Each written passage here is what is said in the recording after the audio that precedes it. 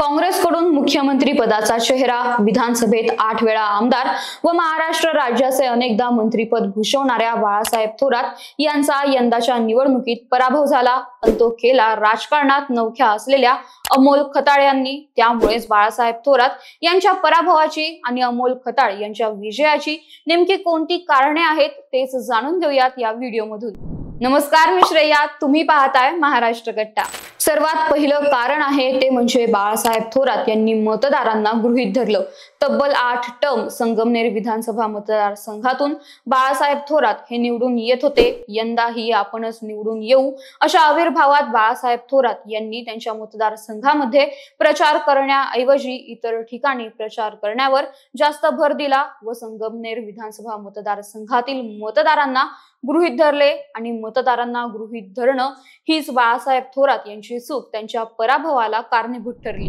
दुसरा मुद्दा आहे पक्षांतराचा। अमोल खताळ यांनी सुरुवात काँग्रेसमधून केली, त्यानंतर ते राष्ट्रवादी काँग्रेसमध्ये गेले, त्यानंतर भाजपामध्ये। मात्र जागा वाटपात ही जागा शिंदेच्या शिवसेनेला गेल्यानंतर त्यांनी शिवसेना शिंदे गटात प्रवेश केला व त्यांना तिकीट मिळालं। काँग्रेस, राष्ट्रवादी काँग्रेस, भाजपा आणि मग शिवसेना असे अनेक पक्ष अमोल खताळ यांनी बदलले आहेत। त्यामुळे सर्व पक्षीय कार्यकर्त्यांसोबतच अमोल खताळ यांचे सलोख्याचे संबंध आहेत आणि त्यांच्या याच संबंधांचा फायदा त्यांना निवडणुकीत झाला। तर काँग्रेसमध्ये असताना अमोल खताळ हे बाळासाहेब थोरात यांचे कार्यकर्ते देखील होते, त्यामुळे काँग्रेसच्या अनेक कार्यकर्त्यांचा सपोर्ट देखील अमोल खताळ यांना मिळाल्याचं बोललं जातंय। तिसरा मुद्दा आहे विखे पाटील कुटुंबाचा सपोर्ट। अमोल खताळ हे राधाकृष्ण विखे पाटील यांचे अतिशय जवळचे व विश्वासू सहकारी मानले जातात। या जागेसाठी पहिले सुजय विखे पाटील इच्छुक होते, मात्र जागा वाटपात ही जागा शिंदे यांच्या शिवसेनेला गेल्याने अमोल खताळ यांना तिकीट मिळाले।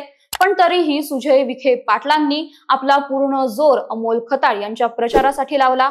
शिवसेनेकडून निवडणूक लढवत असून देखील अमोल खताळ यांच्या प्रचारासाठी मुख्यमंत्री एकनाथ शिंदे आले नव्हते।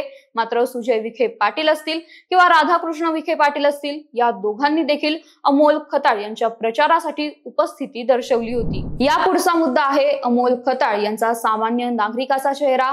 अमोल खताळ यांना कुठल्याही मोठ्या राजकीय कुटुंबाची पार्श्वभूमी नाही, ते फार श्रीमंतही नाहीत, त्यामुळे संगमनेर विधानसभा मतदारसंघातील नागरिकांना अमोल खताळ हे अतिशय सामान्य व आपल्यातीलच एक असा उमेदवार म्हणून भावले आणि याचाच फायदा अमोल खताळ यांना झाला। तर शेवटचं आणि अतिशय महत्त्वाचं कारण म्हणजे बाळासाहेब थोरात येथे गेल्या 40 वर्ष आमदार आहेत, मात्र बाळासाहेब थोरातांनी त्यांच्या मतदारसंघाकडे दुर्लक्ष केलं असे आरोप येथील मतदारांकडून केले जातात।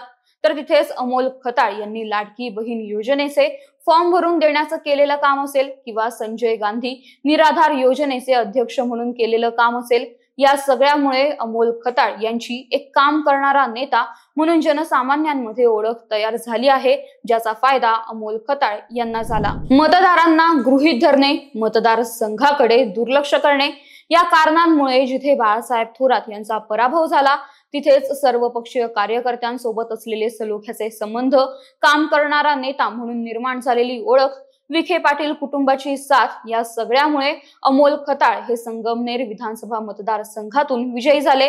तर यावर तुमची प्रतिक्रिया काय ते कमेंट करून नक्की सांगा आणि या व्हिडिओला लाईक, शेअर आणि महाराष्ट्र कट्टा या आमच्या YouTube चॅनलला सबस्क्राईब करायला विसरू नका। धन्यवाद।